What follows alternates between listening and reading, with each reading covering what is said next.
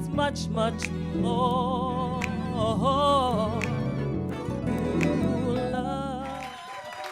We're going to talk about, we're going to talk about all the things. But first, if you're watching, all the things. If you're watching on Facebook, this is the, blah, blah, blah, I'm doing it again, on live TV. This is the Phantom and the Illharmonic. They're our guests on this Austin360 studio session presented by Ticket City today. So if you have questions for them, put them in the comments. Otherwise, I'm going to open up by asking you guys, I already know the answer.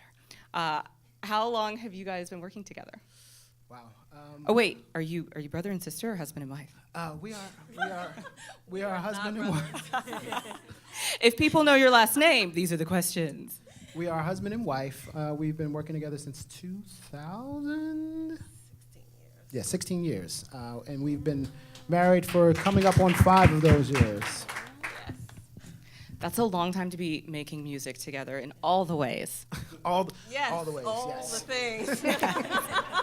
What is it like to, of course, be in love, but also like create music together and tour and work? For me, and I Careful. hope I don't get emotional, but for me, it's to have a partner who shares your passion and your dream.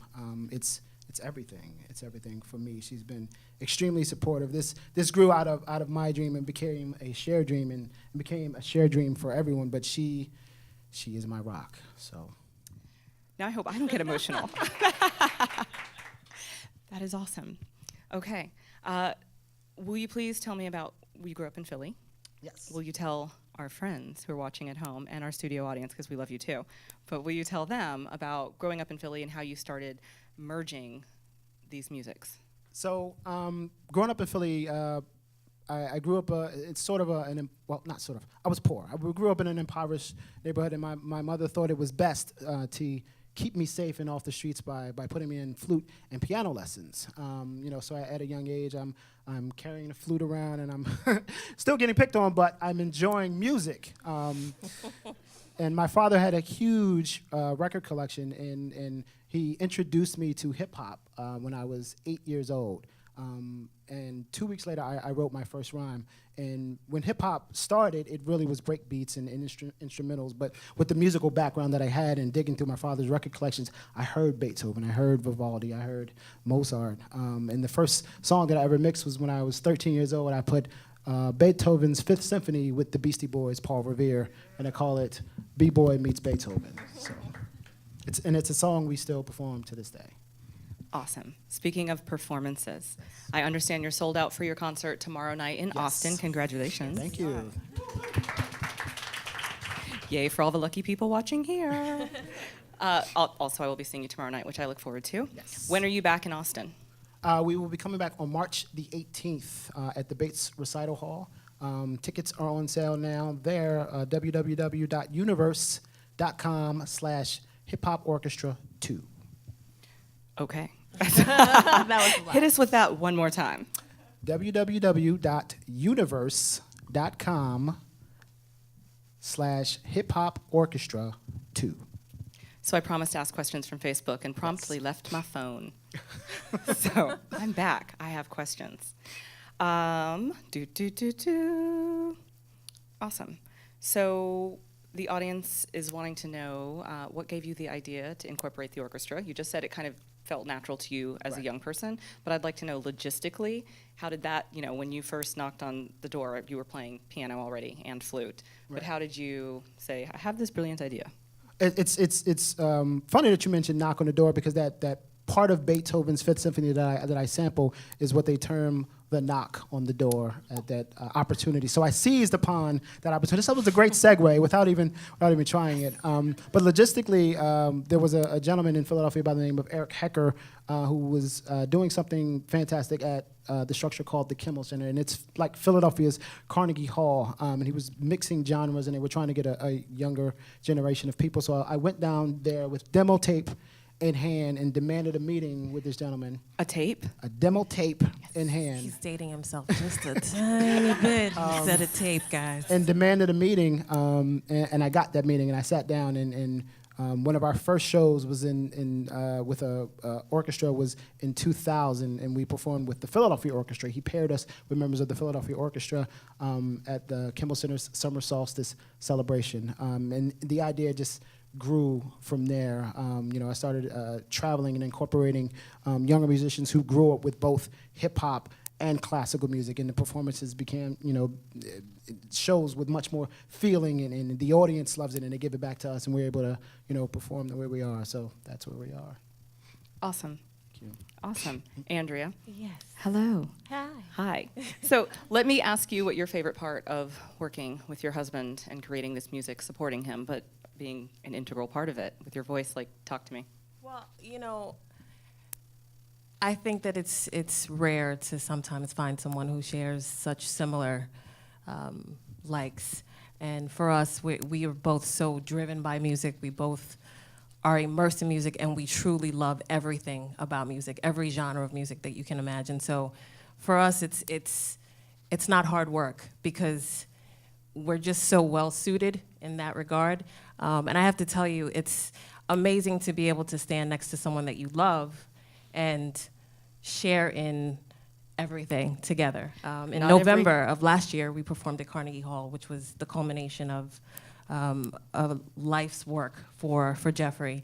And to be able to stand on the stage and feel all of that love and to see everything come to fruition with my husband was one of the most amazing moments of my life.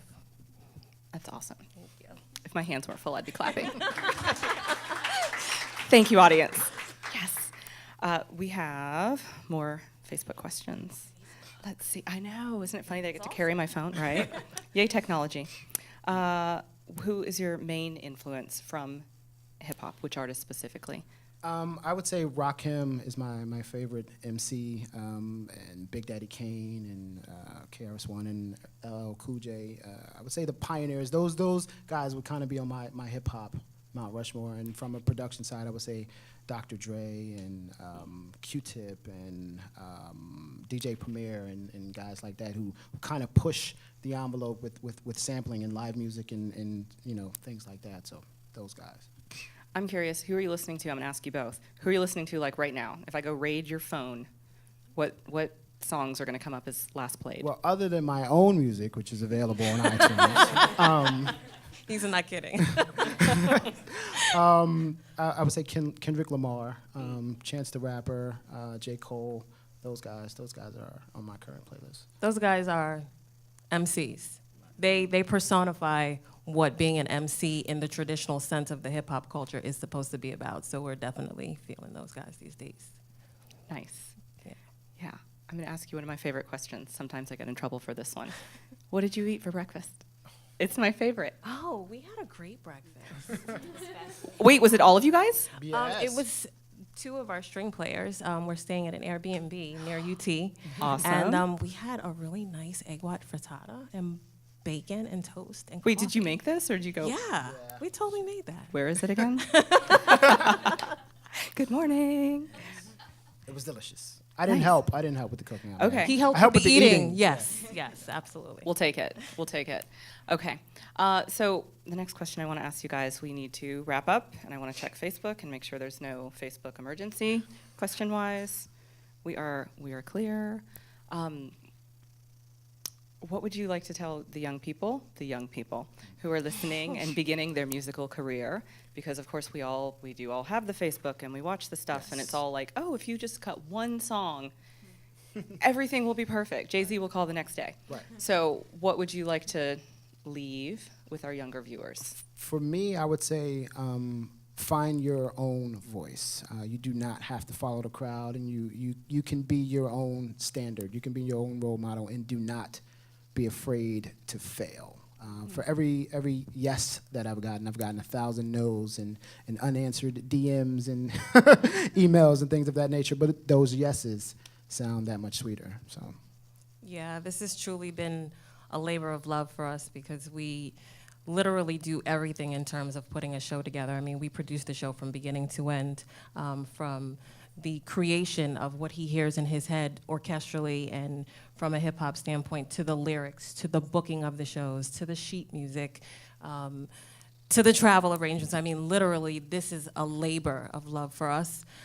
So you just have to believe in yourself.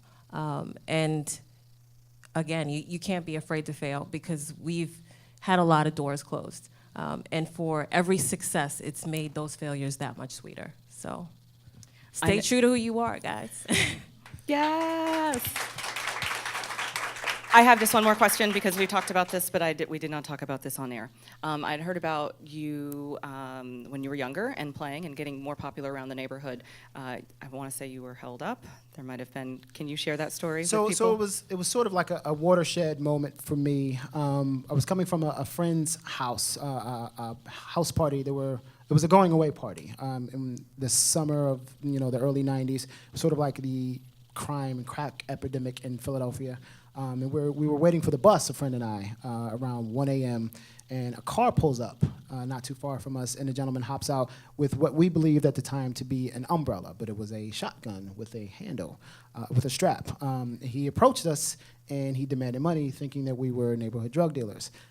As he held the shotgun to me, he peered over the barrel, and he noticed me. He recognized me from performing at house parties in the neighborhood. So he decided to let us go, and as he was leaving, he said, "Keep rapping." So that's why I have kept rapping. And hip hop literally did save his life. Signs. Yes. Yes. With that, I will say thank you guys who are viewing at home. Thank you so much for having us. Thank you, studio audience. Thank you to the Phantom and Illharmonic Orchestra. They play so lovely, don't you agree? Where should our viewers connect with you? Facebook, Twitter, Instagram, where are you most active? All of All them. the things. Facebook.com/hiphopunderdog. On Twitter at ThePhantom5000. Instagram at ThePhantom5000. And my own personal website is www.thephantom.hiphop. Yes, I have a .hiphop. I now want one too. Be doing that later. All right. Thank you guys for tuning in. Thank you to our sponsor, Ticket City. Thank you for tuning into Studio Sessions. Thank you guys. Everyone have a great week. Thank you. Thank you guys.